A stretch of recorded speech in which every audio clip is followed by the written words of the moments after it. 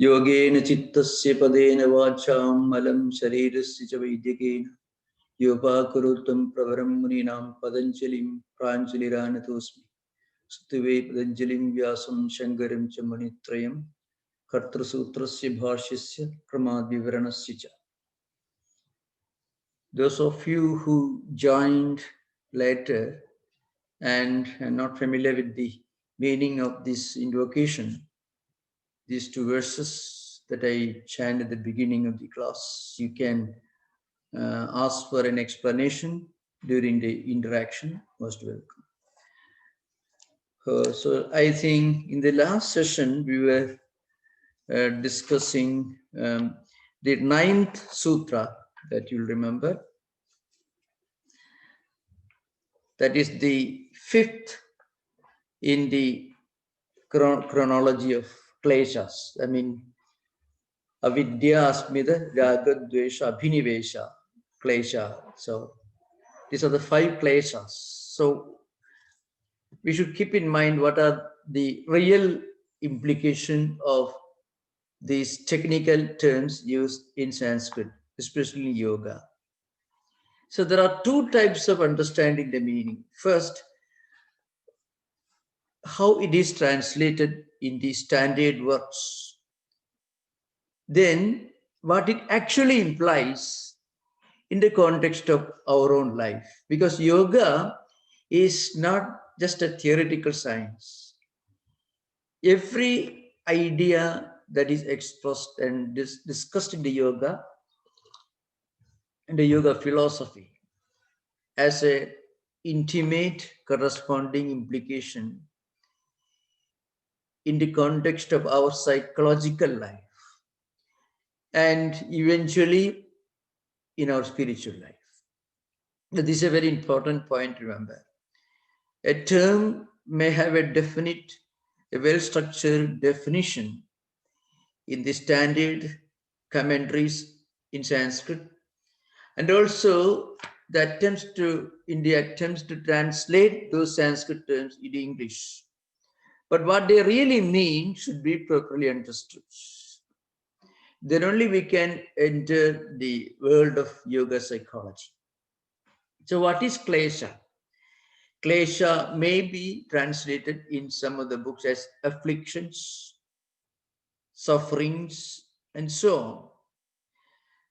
What it actually implies is this. I have to explain in a few sentences. Whatever we do, any kind of physical activity, any verbal activity, word we speak, a thought we think, all these will come to an end when that activity is over, apparently. But really speaking, that activity doesn't end there. It leaves in our mental system a residual effect, which is technically called vritti. Well, this is the Sanskrit word used in yoga psychology, yoga text, yoga context. What it means, how we recollect an event or an action or an activity that we have experienced, either from external world or our own activity, how we recollect, how we remember, how the memory of that activity continues to influence our actions, our thoughts and deeds and words later. So there is a connecting bridge between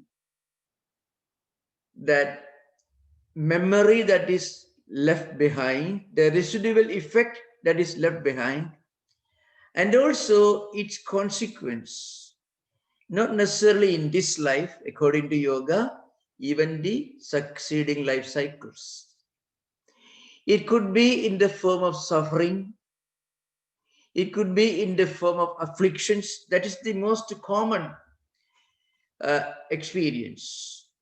Because when a person goes through some kind of intense experience, the intensity, if it is of a tragic type, then its lingering effect will be much longer.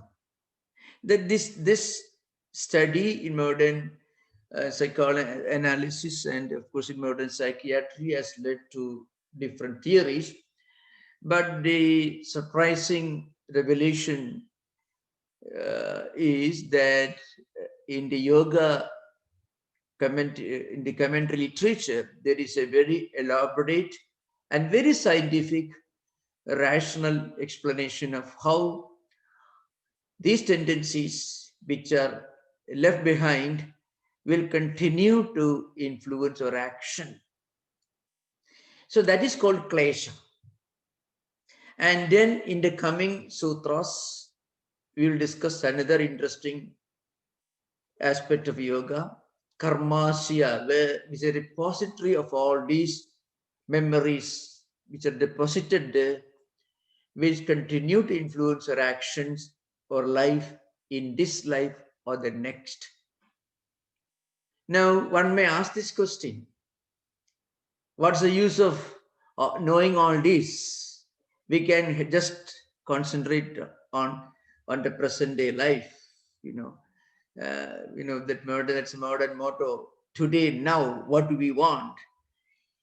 It has got a very distorted and tragic impact on us. If you concentrate too much on today and now, then there will be no end to problems. If you can look behind and through some apparent experience, then only we get an explanation. Anyway, that's what I want to prepare our mind, our audience for this discussion that is unfolding in the coming sutras. So Abhinivesha was the last klesha we discussed. Abhinivesha is, it expresses in the form of our natural lingering, clinging to life, which actually, in other words, expresses in the idea that we don't want to die, that death is impossible for me, and so on. So, of course, remember, Yoga Sutra is not discussing death.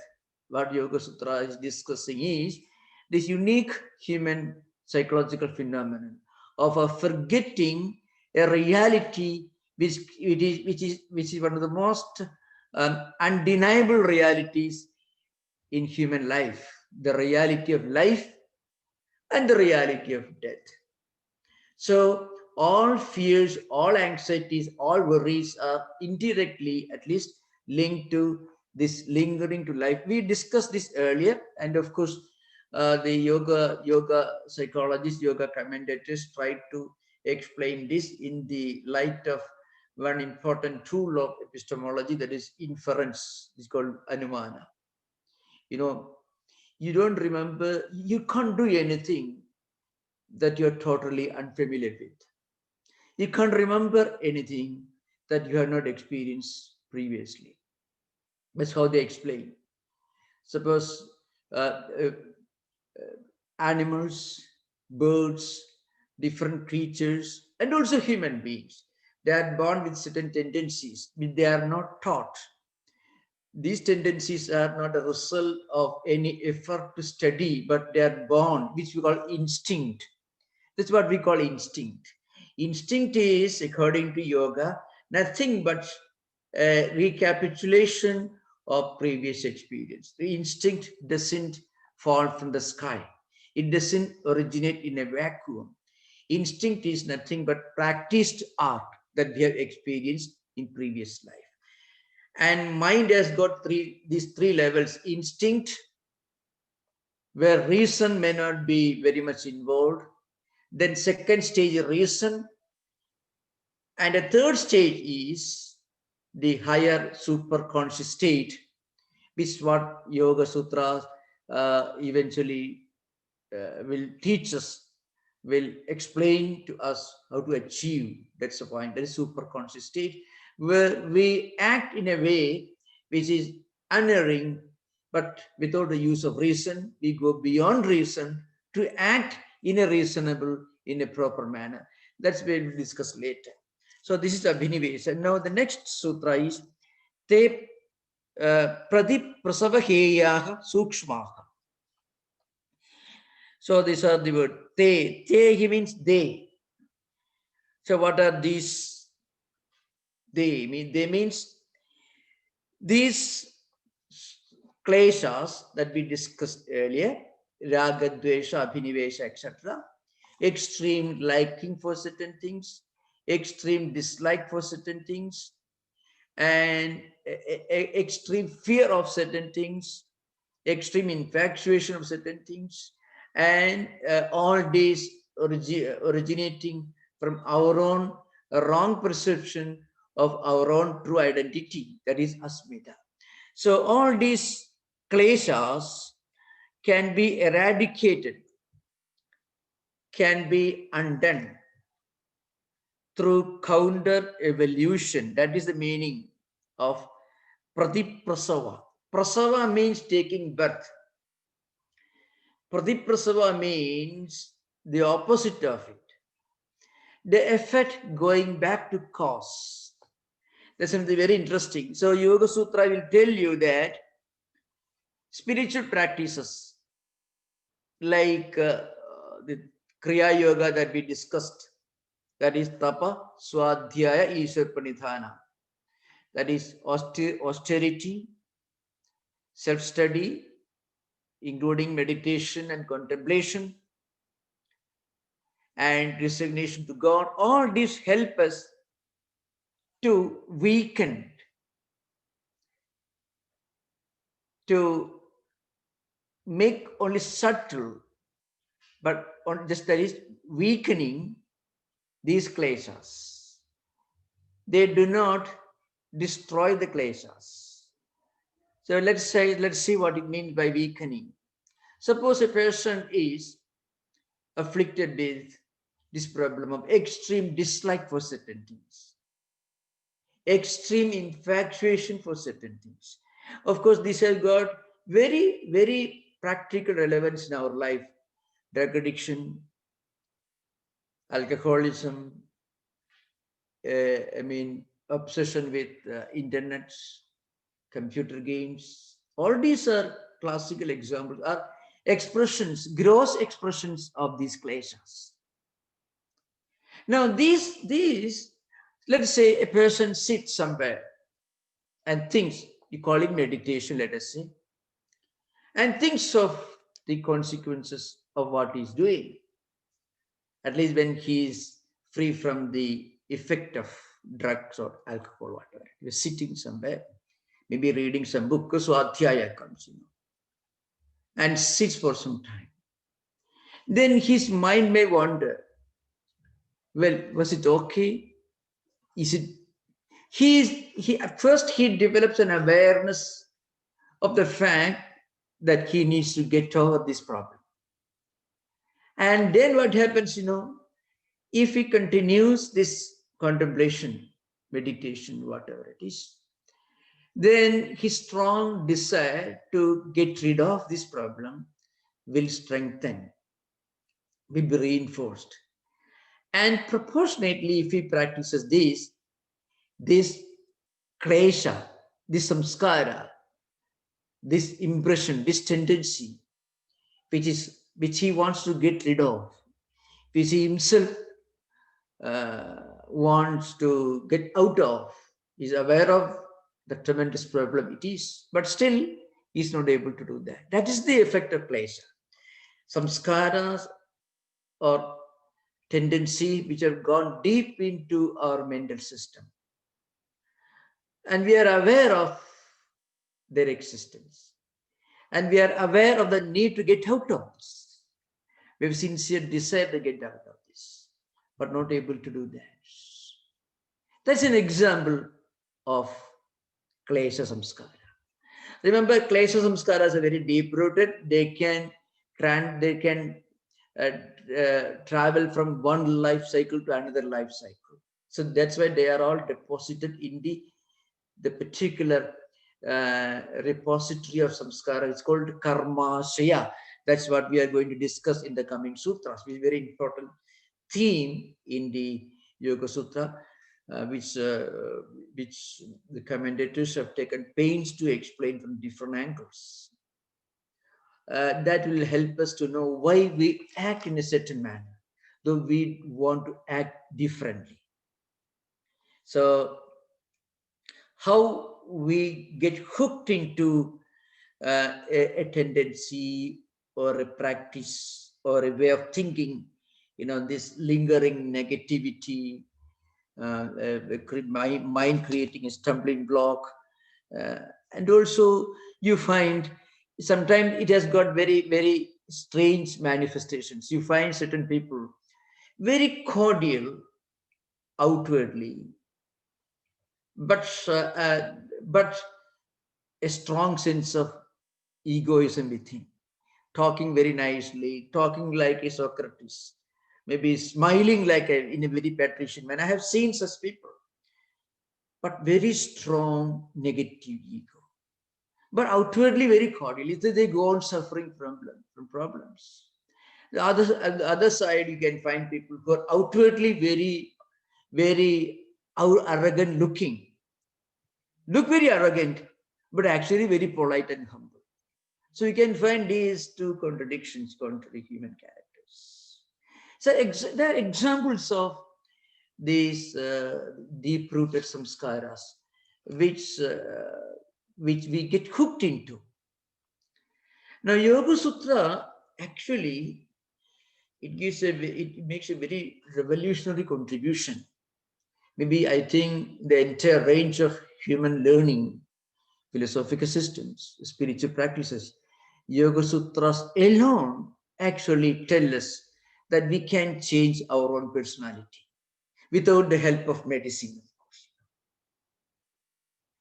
course. So Yoga Sutra is just the antithesis of predeterminism.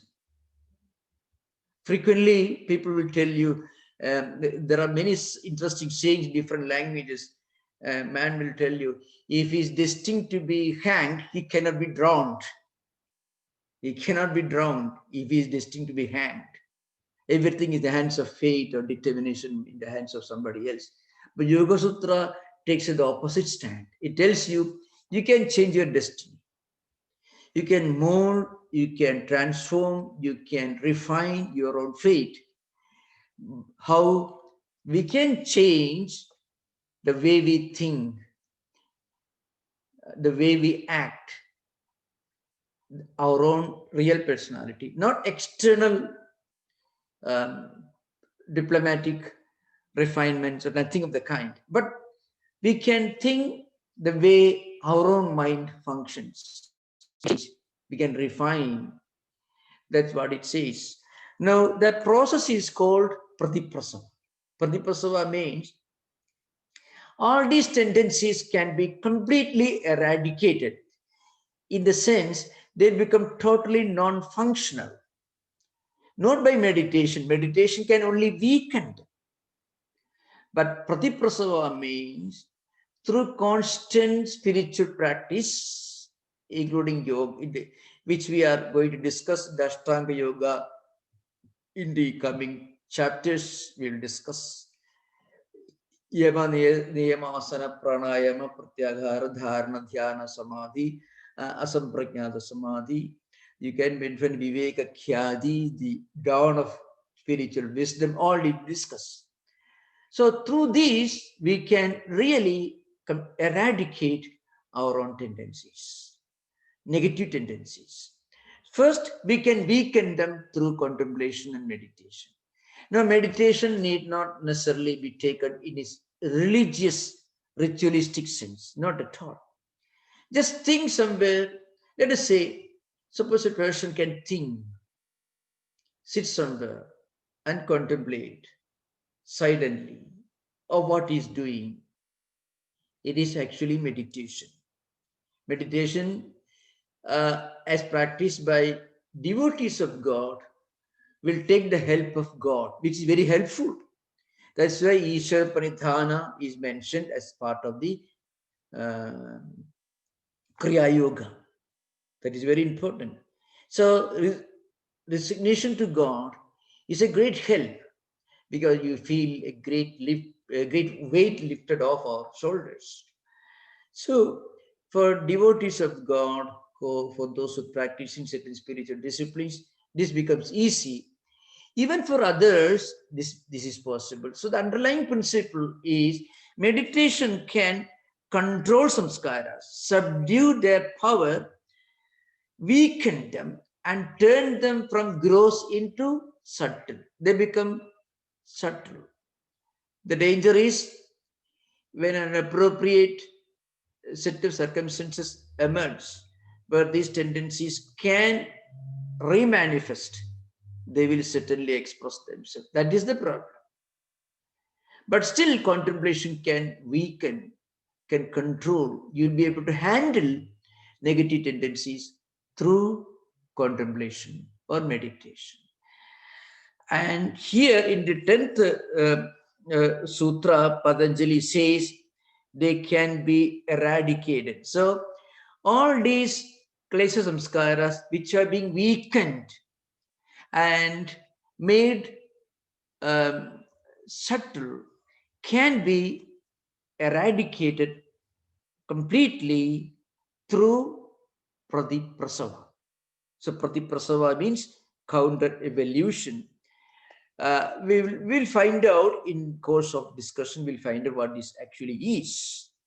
Pratiprasava means chitta pralaya, means our mind getting dissolved into what it came from, the effect going back to its cause. That again involves this Ashtanga Yoga, this Ahimsa, Satya, Steya, Brahmacharya, Parigraha, this Yamas, and then Niyama, Sauja, Sandosha, Tapaswa, Adhyaya, Ishvabhinidhana, and again, Asana, Pranayama, Pratyahara, Dharana, Dhyana, Samadhi, all these will involve. So this will help us to completely eradicate these negative samskaras. Of course, commentators have made great contribution to this concept. So Bhoja, Bhoja is one of the great commentators. He wrote, Raja Martanda and Bhojavurti. Bhojavurti is a small book. Raja Martanda is much more well known. He says, for example, Te Sukshma Kleshaha Ye Vasana Rupenaiva Sthita Nivritti Rupam Parinamam Arabhinte.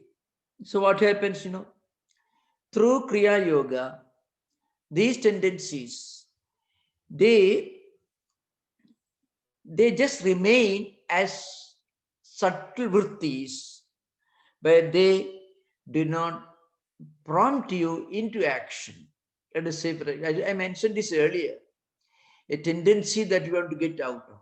When we meditate on that tendency and its evil consequences for a long time, then we become aware of the need to get out of this. This awareness will prompt us to take steps to get out of it. It could be drug addiction, all these problems. So practice of Kriya Yoga weakens these samskaras. That is called Tanukarana. We already discussed this earlier. And now Bhoja says that they become completely eradicated through Pratiprasava. So what happens, the Pratiprasava means counter origination. So what happens is through meditation, these tendencies that are creating problems for us can be neutralized, can be made non-functional at a higher stage of meditation, not immediately. Still, they remain as tendencies and they become completely eradicated through Pratiprasava. Then it becomes, like a seed that is being burned. A seed that is burned is not different from a piece of stone. A piece of stone cannot become a plant. It cannot sprout. So also a seed that is burned cannot sprout. So the great yogis are those who have completely overcome the deadly effect of negative tendencies. That's why they said, Those who practice yoga can use their five senses and mind simultaneously and concentrate on what they are doing. That is the art of concentration mentioned in the Yoga Sutra. Normally, when we see an object, our mind and eyes are focused on that object. When we come to know something by hearing, let's say we come to know of a car moving the streets by hearing the sound, then we come to know of the car moving. A yogi can simultaneously look at something and concentrate all his five senses completely on that object.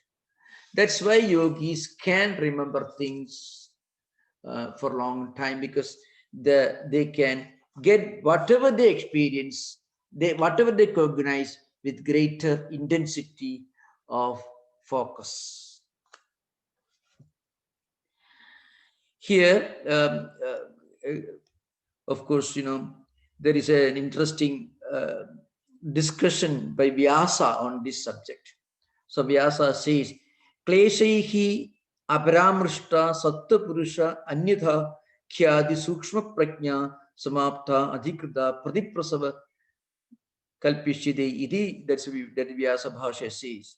He says, when this really happens, what happens, when this viveka khyadi, the knowledge arises, when the kleshas are completely eradicated, then only the light of prajna, that is, sukshma prajna, only the light of supreme knowledge alone will remain. And this is called viveka khyadi. And this viveka khyadi, this higher knowledge, is completely untouched by kleshas. Now we will come to the next sutra. Of course, here I can discuss something from a great commentator, and his name is Vijnana Bhikshu, who wrote this Yoga Bhashya Vartikam. So, according to Vijnana Bhikshu, Kriya Yoga Kleshadanugarnartham ityuktam tatra Kleshadanugarnasya phalam bhaktumaha. So, Kriya Yoga is mentioned here for weakening kleshas. We already discussed this. Tapa, Swadhyaya, Ishwar Pranidhananani Kriya Yoga, the first sutra. Kriya Yoga involves austerity, practice of austerity, reading of holy books or listening to holy word symbols like Pranava, Onkara, and also resignation to God. Of course, by implication, Kriya Yoga also involves Jnana, Bhakti Yoga, Karma Yoga, and Jnana Yoga. All these are involved at their early stages. Remember, Bhakti Yoga, its highest stage is different. Karma Yoga, its highest stage is Karma Nishtha, Chitta Shuddhi, Moksha Prapti, etc. That is different. But for a practitioner, that is Sadhana Pada stage, when a practitioner does some noble act without any selfish motive, he is able to generate spiritual energy that will help him to enter the path of yoga, that is Kriya Yoga. Similarly, Swadhyaya, reading holy books, listening to mantras or holy word symbols. Here, pranava is given a lot of importance in the traditional commentaries.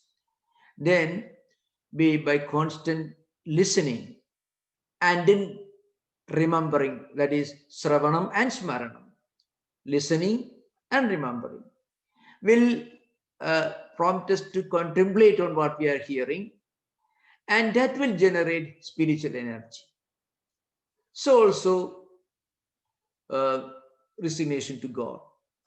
All this will help us to weaken the kleshas. That's why, Kriya Yoga Kleshadanugarnartham ityuktam, referring to previous sutra. Kriya Yoga is meant to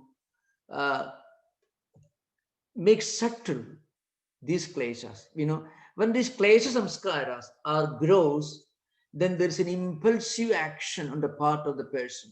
Suppose our samskaras are in their gross dimension, there will be an impulsive tendency to do that.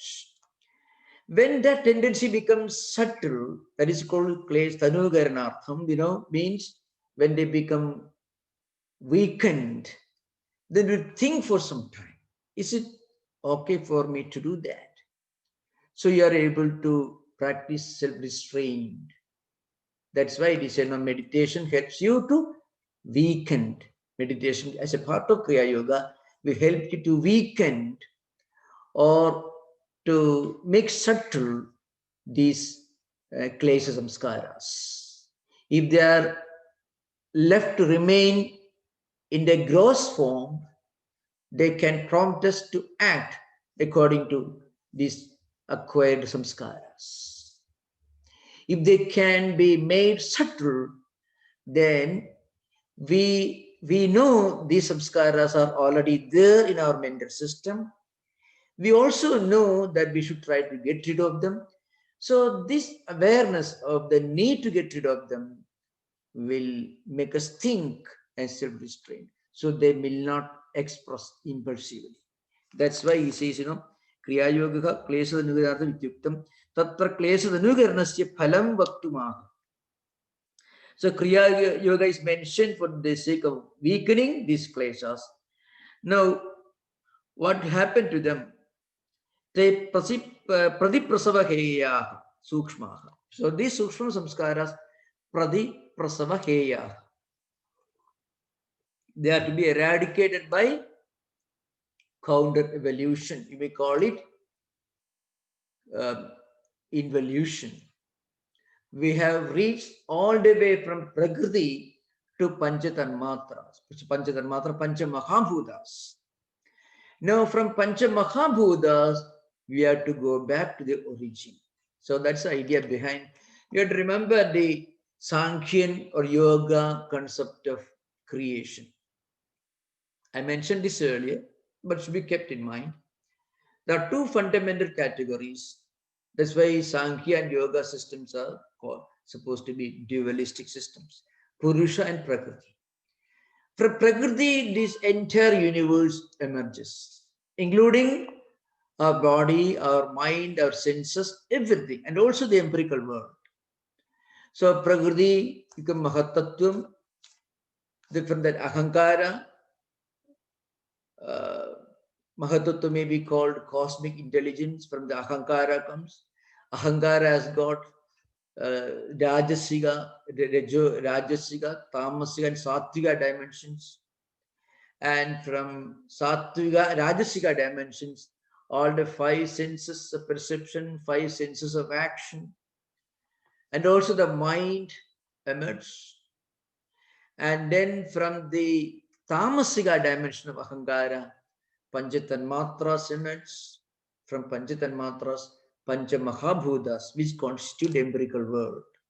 So we have reached the right bottom. Now we have to counter evolve.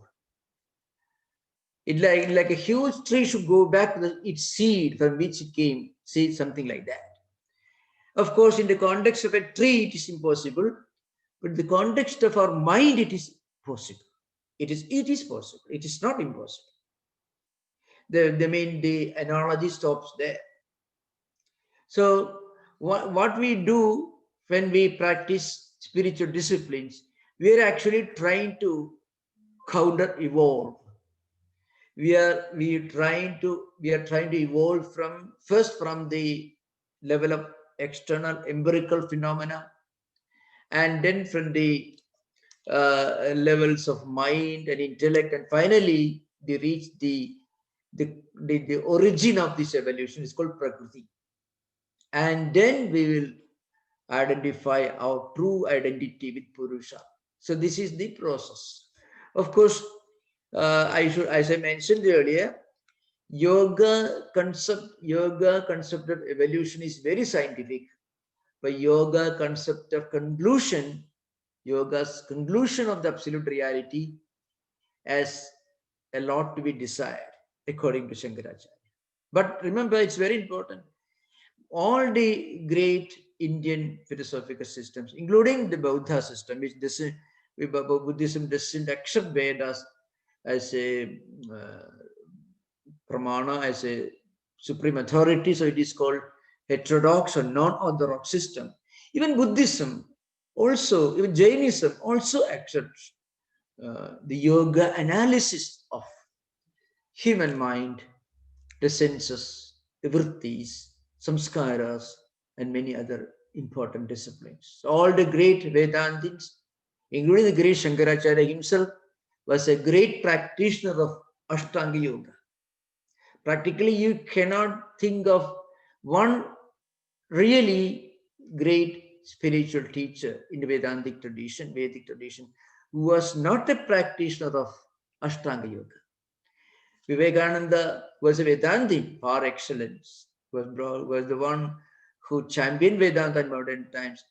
And he was his translation, his exposition of Yoga Sutras in modern times remains unrivaled as the best introduction of yoga psychology and yoga philosophy to modern English-speaking world.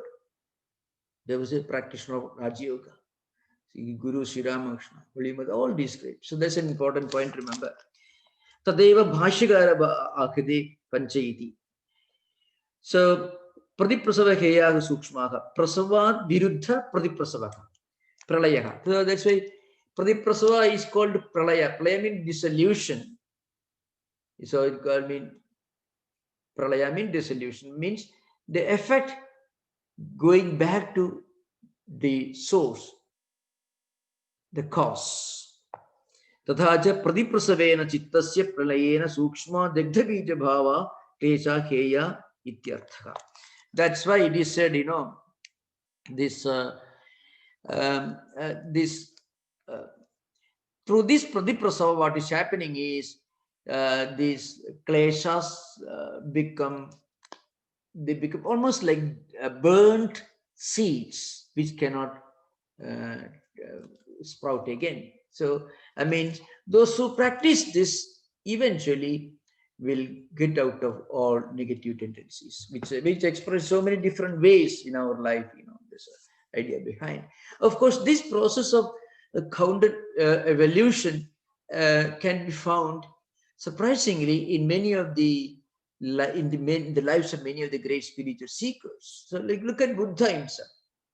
He was not necessarily a practitioner of Ashtanga Yoga, but who must have practiced, because Buddhism produced many great yogis. In one of the systems of Mahayana Buddhism is called Yogachara system. That's because they were all great practitioners of yoga, Patanjali yoga system. So Buddha sat under the tree, under the Bodhi tree. So you find in the Buddha Charita, Ashugosha's biography of Buddha, you find Ihasane Sushudu Me Shariram Tugasti Mamsam Che Vilayapchiyat Prapi Siddhim Bhu Janma Durlabham Naivasana Kayamatas Chalishiti. So he took this strong vow, Naivasana Kayamatas Chalishiti. I won't get up from this seat. And he sat under the tree and meditated for long years. And during this process, all his previous life cycles emerged in his mental system.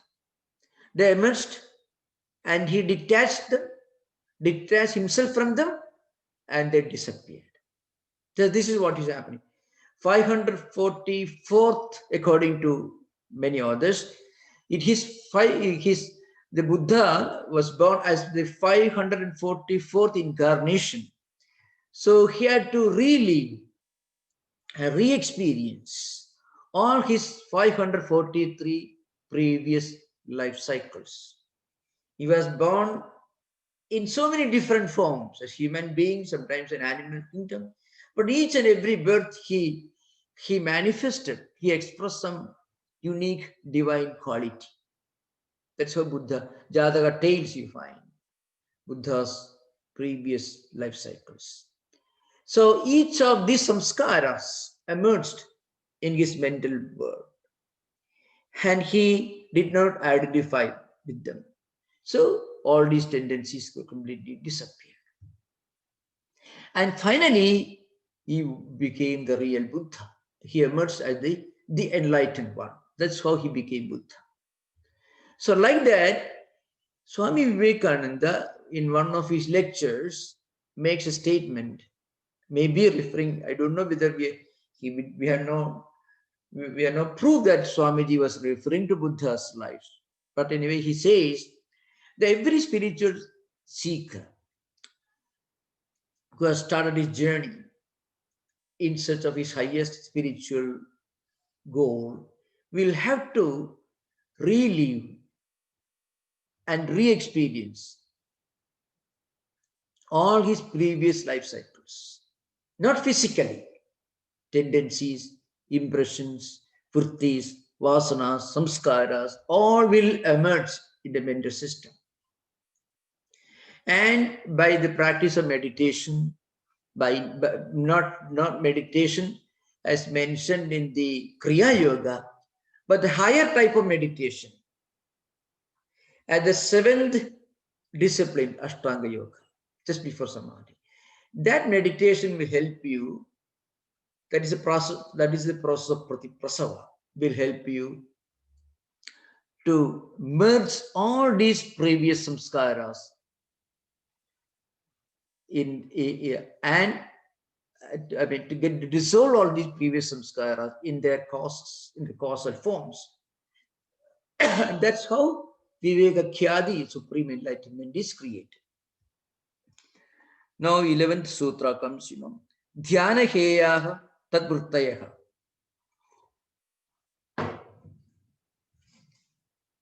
This sutra says these vrittis of the kleshas can be eradicated.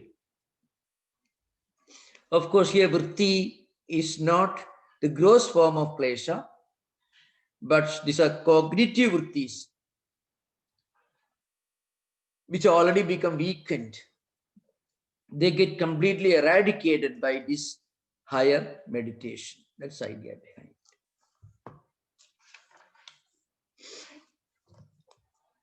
Tesham kleshanam arabdha karyanam yaha sukha dukkha mohatmika vritteka ta dhyanena eva chitta ega gritale lakshanena keya hatavya ityartha. So this is Bhoja's view. Bhoja writes in his Rajamartanda. All these vrittis of kleshas, which have begun as experiences, sorrow, happiness, and so on, they can be completely destroyed by this higher dhyana. And that's how a person completely eradicates all the previous samskaras. The next sutra is Klesha Mulaka Karmasyeha Drishta Adrishta Janma Vedaniyaha. This is an important sutra which introduces the concept of karmasya here. That is 11, this is 12th sutra, 12th one.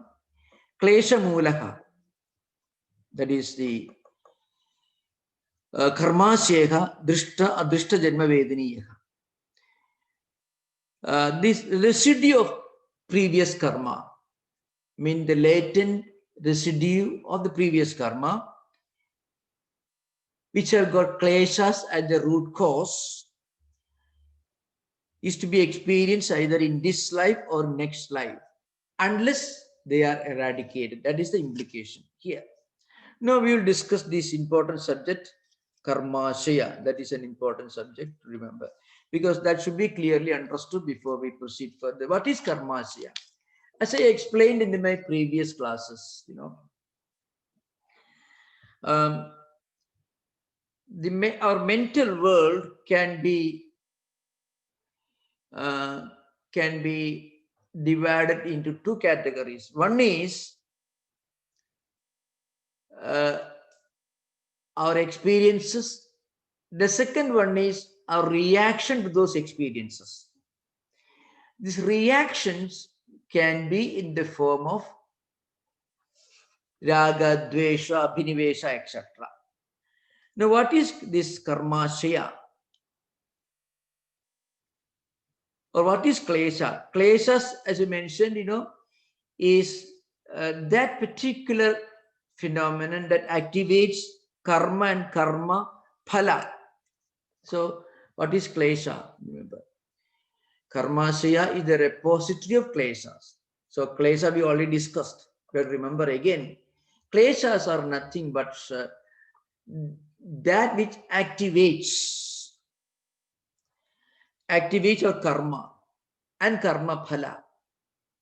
And as a result of this connecting bridge between karma and karma phala, karma and its result, we experience good and bad, pain and pleasure, fear and anxiety, and so on. Now, karmasya is nothing but the repository of all the deep-rooted samskaras which are not necessarily experienced in this life, which are kept in the deeper, lower layers of the mental world. So, and thereby becoming the cause of punarjanma or continuing life cycles. So, in other words, when we analyze our own life, and if we can divide our samskaras into two categories.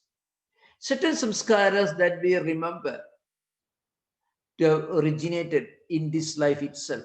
We may have memories of early childhood, early days, and we may perhaps connect our present experiences to what we did or what we experienced in the early years of our life.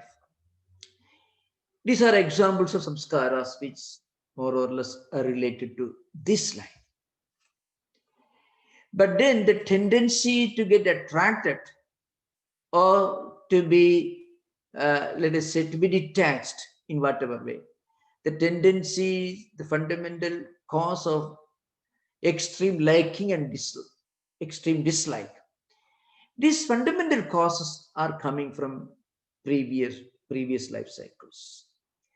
And the samskaras which are responsible for the fundamental attitudes and tendencies that actually divide human beings to so many different categories, make them individual beings.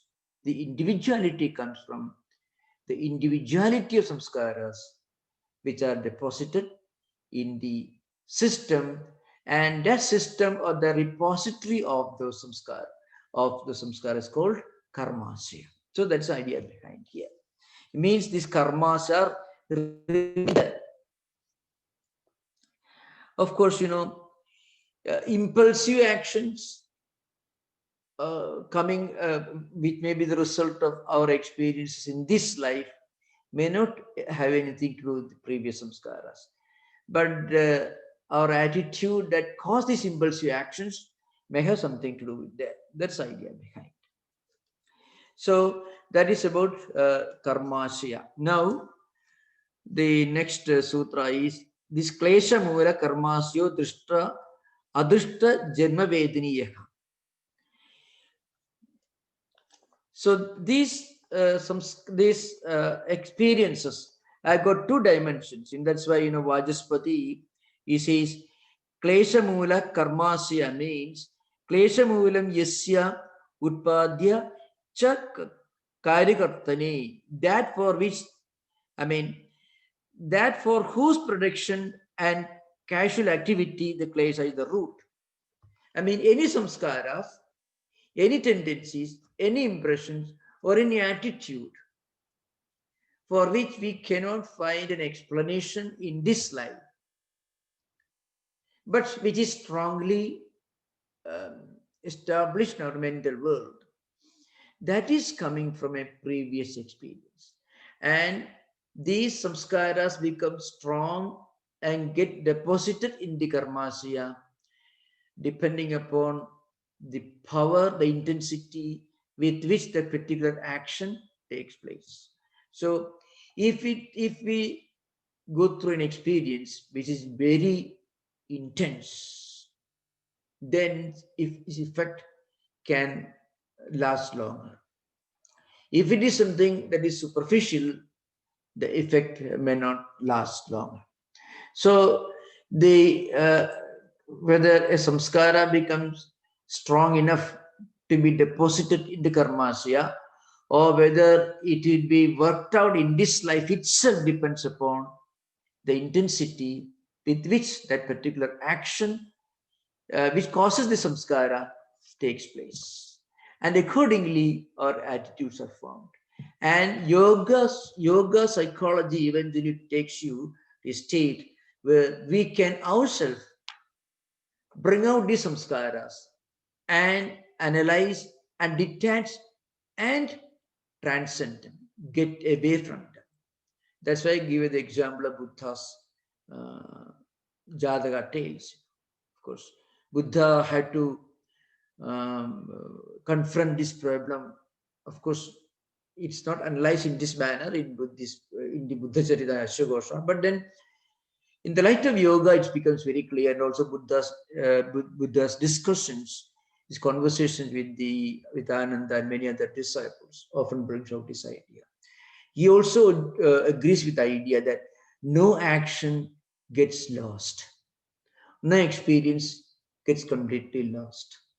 That experience or action will manifest somehow or other, either in this life or next life. Experiences which are strong, which are intense, which are powerful, will create an impact which may deposit a klesha samskara in the lower layers of the mental world, and that repository of tendency is called karmasya. And these samskaras, which are klesha samskaras, which are very powerful samskaras, can be got rid of, can be eradicated only through intense spiritual practice. But the point is, anyone can start his or her spiritual journey at any point in his or her life. That's why Tapa, Swadhyaya, Ishvara Pranidhananani Kriya Yoga, of which the Kriya Yoga, the simplest discipline mentioned, the Kriya Yoga, is Karma Yoga, because anyone can, without giving up what he's doing, can start doing his day-to-day activities from a different perspective. The change of perspective is possible for everyone. And that is the beginning of spiritual evolution. In other words, that is the beginning of what we now call counter evolution. We call pratiprasava, means our going back to our original source. Now, these subjects are a bit subtle by nature, but I'm most welcome. You're most welcome to ask questions, and perhaps I will be able to explain more elaborately during the interaction. Most welcome. Thank you. Namaskar. Namaskara, Hari Om Swamiji. Swamiji, when you talk about like creating a counter evolution of tendencies through pratiprasava, right? So these tendencies, are they to counter existing tendencies, or are they tendencies which, when developed, are in some way good for us? Because the tendencies, like some people might have certain good tendencies, certain bad tendencies. Now, which of these tendencies are considered klesha? Which should we keep? Which should we get rid of? Yeah, in this way, klesha itself means suffering. So klesha samskaras are those samskaras which cause some sorrow, grief, inconvenience, conflict, or anything. That is called klesha samskaras. So this is an important point to remember. So I gave this example.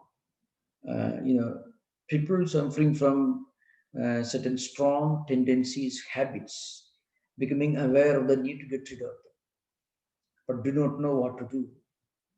In that case, if the person thinks for some time, sitting somewhere, or doing some noble deed, or listening to some noble words, the Swadhyaya example.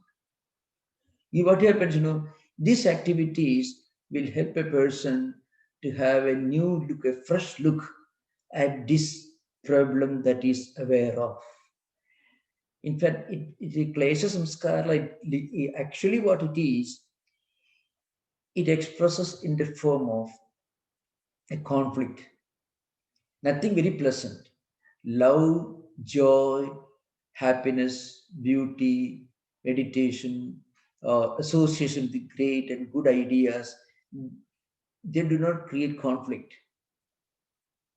But a person who is interested in these higher ideas also gets hooked into a tendency which he doesn't really want to get hooked into, which he wants to get out of.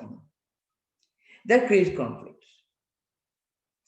So also many people become aware of the problems of their own habits.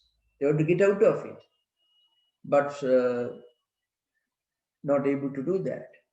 So there are two ways. One is sitting, meditation, and so on. Second is you have to create certain counter tendencies. The negative tendencies are there, they are creating conflicts. So you cannot wish them away. So what to do? We have to generate a fresh store of good tendencies, a fresh storehouse of good tendencies and samskaras. And by doing good actions, reading, swadhyaya, or any noble associations will generate noble tendencies. So when you generate a huge store of noble tendencies, then the undesirable tendencies will become subdued or they become weakened. This is what is called Tanugarana. Tanugaranartham is mentioned here. This Kriya Yoga will not destroy negative tendencies, conflicting tendencies, but they will weaken. You are aware of it, but they don't function. If you don't weaken them, they are strong. They will prompt a person impulsively to do things according to those tendencies. That's the idea.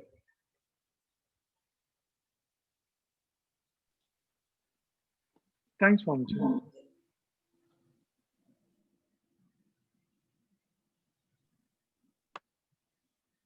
This part of Yoga Sutra, we were discussing vrittis, klesha samskaras. This part of Yoga Sutra deals with the problem of certain tendencies and vrittis and samskaras that we want to get rid of. That's why I call them prasava heya. I mean, heya means something to be eradicated. So, what is to be eradicated? That is the subject we are discussing here. There are other chapters, other areas where Yoga Sutra deals with other aspects of mental world.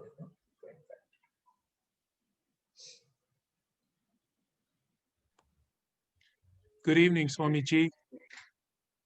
You said at the beginning of your talk that you wouldn't mind giving an explanation of the invocation to Yeah. the Yoga Sutras. Could you do that, please? Oh yes, I will do that. Okay. Now I because I started. First one is Yogena Chittasya Padena Vacham Malam Sharirasya Vaidekena Yopakrutam Pravaram Muninam Patanjalim Pranjalirayanatosmi is an invocation paying respect to Patanjali, the author of the sutras. So Patanjali made three great contributions.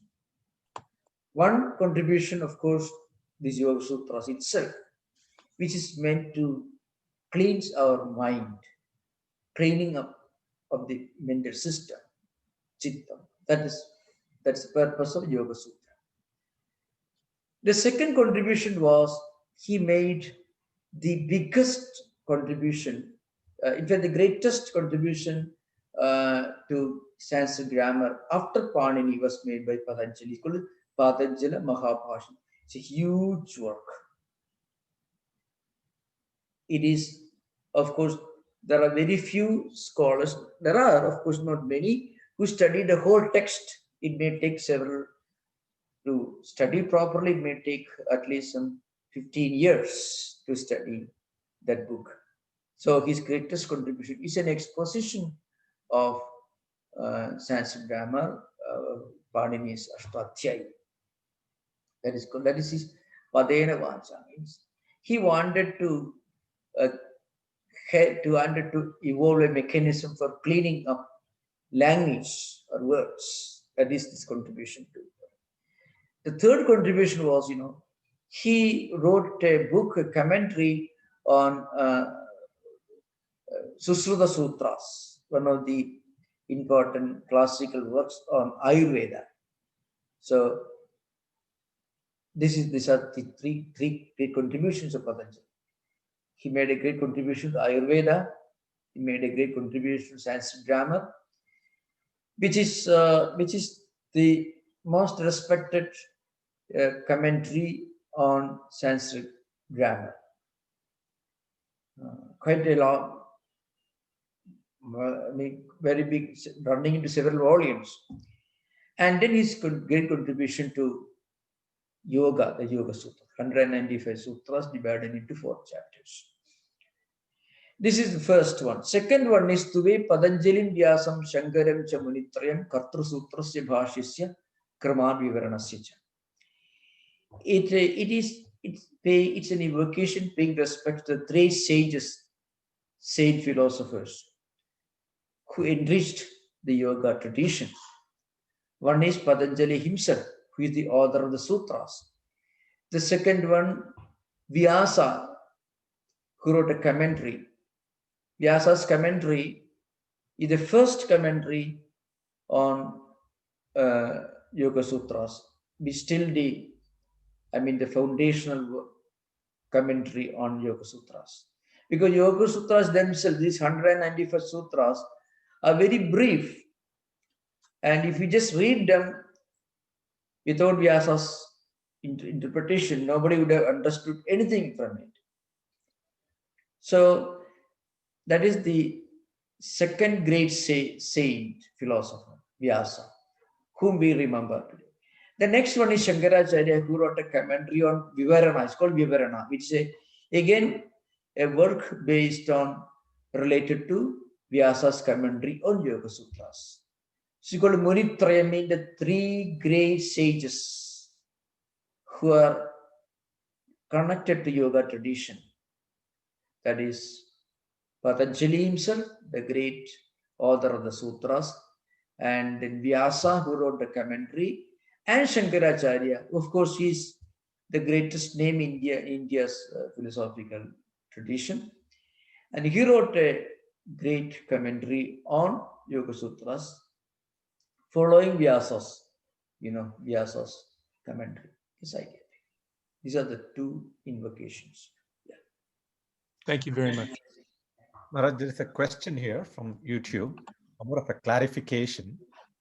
Is it true that the klesha samskaras manifest themselves as tamasic, rajasic, or sattvic tendencies? Yeah, all samskaras can have rajasiga, tamasiga, and sattvika tendencies. Certainly have. Yeah, sattviga samskaras do not translate into what we call, do not create anything like a suffering. But then certain tendencies may be related to sattvika samskaras. But all samskaras which are deposited in the mental system can have either sattvika, rajasiga, or tamasiga dimension. Yes. Okay, Maharaj. Yeah.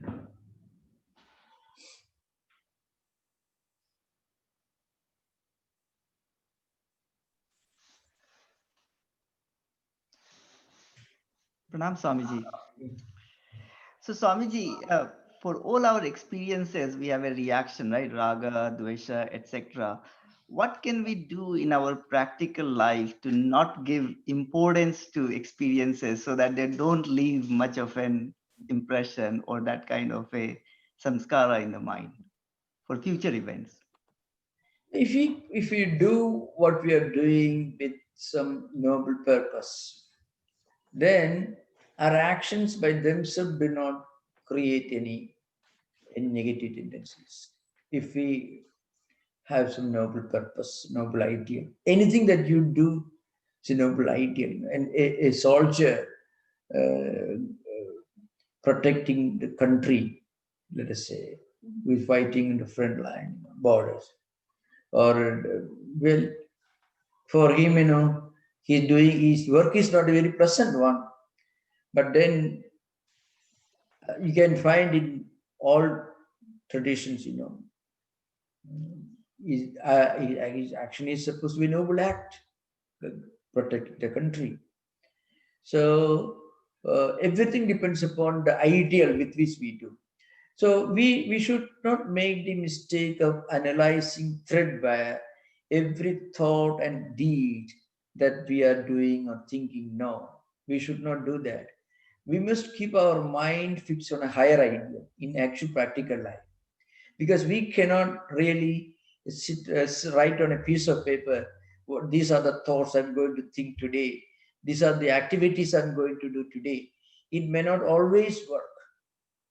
Thoughts, of course, we cannot anticipate what thoughts are going to emerge in our mind.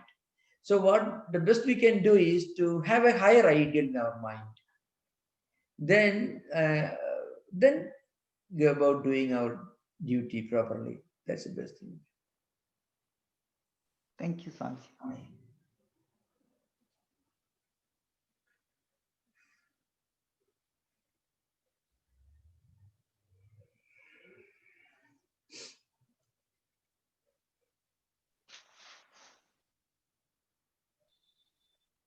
There are no more questions, Maharaj.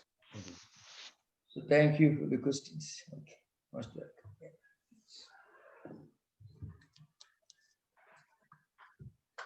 Om Shanti Shanti Shanti Harihi Om Tat Sat Sri Ramakrishna Arpanamastu.